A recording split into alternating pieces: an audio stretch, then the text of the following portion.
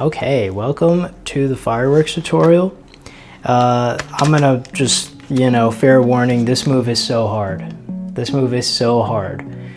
But I am gonna teach it because I think it would be fun to share the mechanic behind fireworks, this kind of motion back here.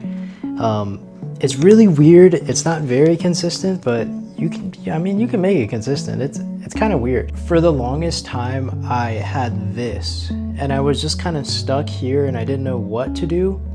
I had like some thoughts of bringing it this way or something, And I remember being on a call with Franco Pascali, and he specifically said, "I like the opener, but don't do the stuff after."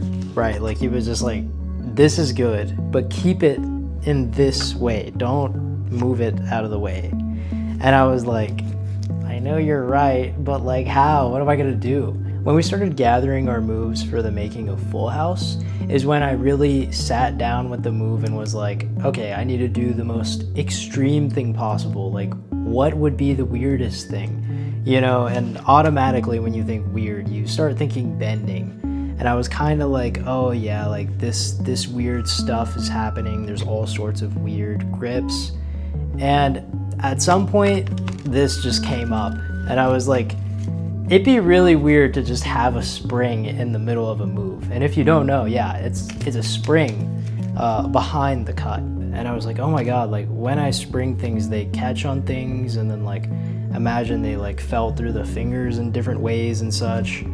And there was a lot of different iterations of what the move would become. But eventually, yeah, it became like fireworks. Finally setting an intention for where I wanted the move to go was super important, because then I was like, okay, like I can't just do some willy-nilly like grab out more cards. Like I really need to be intentional, and I want to show something new now. So if it weren't for that video, I wouldn't have even been in the right headspace to make that move, which is really cool. That can teach everyone a little bit about setting direction. What do you really want out of a move before you make it? This could be metaphorical, all right? This could be metaphorical. I'm teaching you life lessons. I'm not just...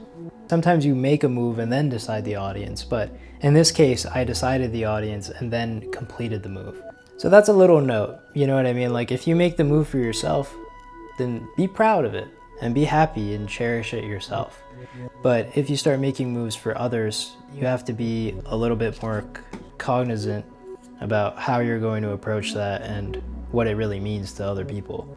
Also, quick announcement. The Cardistry Academy is a place where you can meet more friends, you can hang out with me, I'm gonna be in the jams and stuff. There's exclusive live streams, you get to hang out with Dom and Connor, and we're all just helping each other out, finding resources. There's literal courses in there. Usually it costs like 20 bucks a month for someone's Patreon, but like this is $5 and you get courses, lives, direct feedback. Like it's kind of nuts. And by the way, Dom and Connor are crazy at cardistry. They've been doing it way longer than I have, so I think it's just kind of crazy as a resource to just be able to talk to them whenever. But let's not glaze too much. So before the move was officially released and finished, I had done a TikTok where I showed just the opener up till here. That's where I was stuck. And at Cardistry Con, it fully released as fireworks, but my friend came up to me, Koa, and showed me his own take on the move. He learned the opener a long time ago from a TikTok and added his own closer. Like he finished the move essentially. And I thought it was so cool because it was just like a whole different path that I didn't really think of.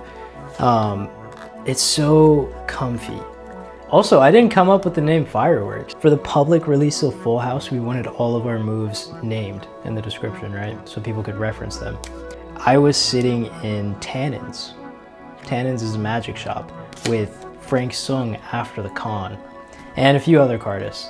I was just like, you guys want to help me name these moves? And then, there was like some silly ones, and then there was also fireworks that came out of it. So shout out Frank Sung. It's a sick name. I'm so happy about the name. I think he also named the ice cream double scoop. Oh no, my double scoop ice cream fell over. But yeah, I think that's all the lore on fireworks that I can recall. But let's get into learning it now. By the way, if you want some cards, link in bio. I have some Rex.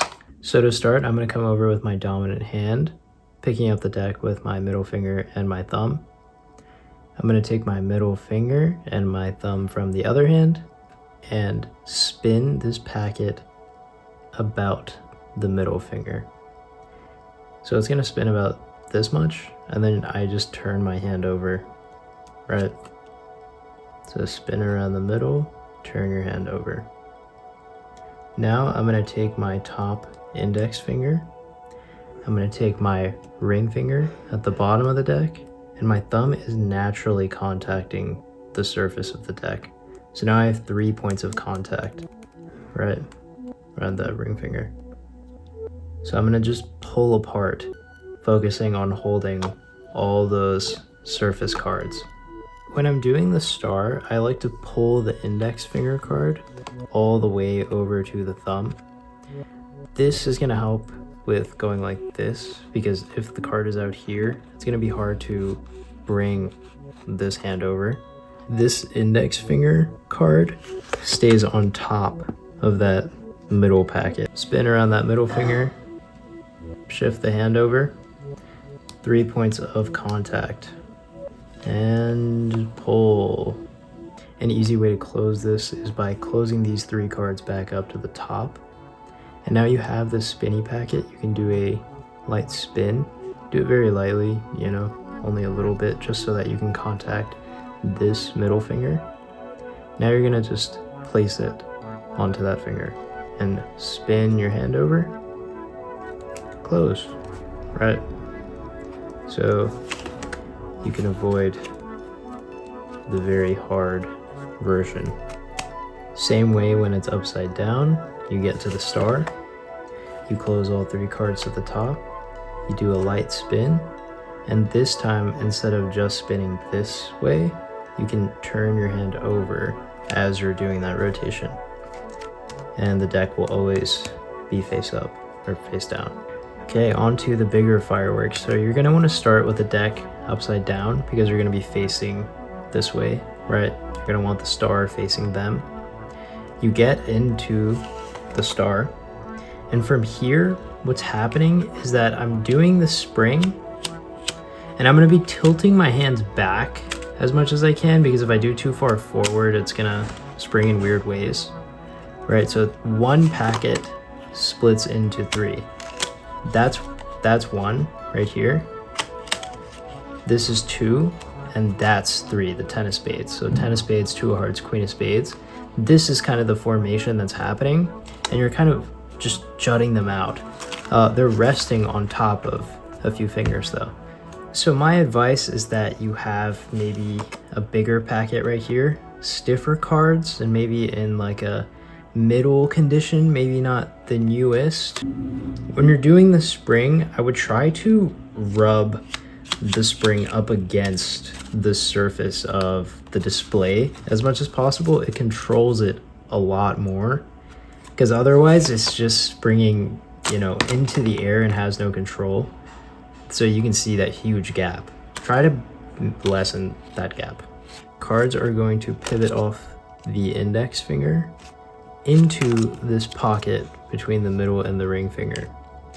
The next packet is going to catch right above that. It's going to land on top of the thumb and the index finger down here, but it's also being locked into place because of this 5 of clubs packet. And I'm going to let go of springing it, and I'm going to just push up with everything, right? This way, everything in the front looks a lot bigger. And I also have these like symmetrical grips between the middle finger and the ring finger, which makes it easier to pull up and close all these packets together. Right here, you're springing, they fall off to this side, they fall on to the index and thumb, and you're holding this 3 of spades and you just let go. Then we just close like that. everything is kind of like a spread, right? These cards are just a spread that close to the top of the deck. And obviously when you're springing, it's just a spread that gets closed, right? So that should make the closer easier. Everything is gonna go back to this top area. In my experience, maybe around 10 to 15 cards is usually good for the spinny packet. Usually it's enough to do the rest of the spring without being too thin or thick of a packet. And depending on how stiff the deck is, maybe a stiffer one would help more. You're gonna have to kind of play with that. Also, I would look at the performances to really get an idea of the pacing. The spring shouldn't be like, you know, taking too long. It should be one spring, and then you open up your hands as you're doing it. Because if you do notice, with the cards going into the flower, right, we're closing everything so that we can open up a bigger display, right? So we really want to emphasize that flowering.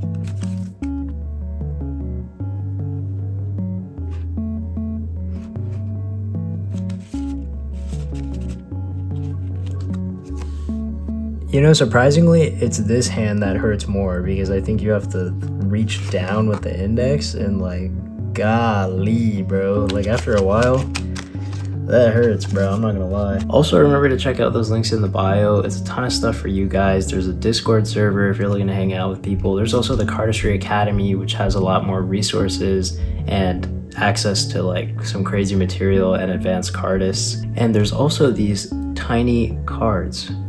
But Missing offers a ton of cards. If you're looking for cards, check out the links, bro. I swear.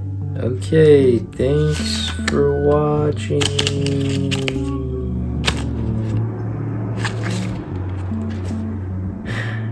I'd have to ask Trin if it looked good from the front because I couldn't see the move. I would just see this from the back, and then I'm like looking at him like, is it okay? Is it okay?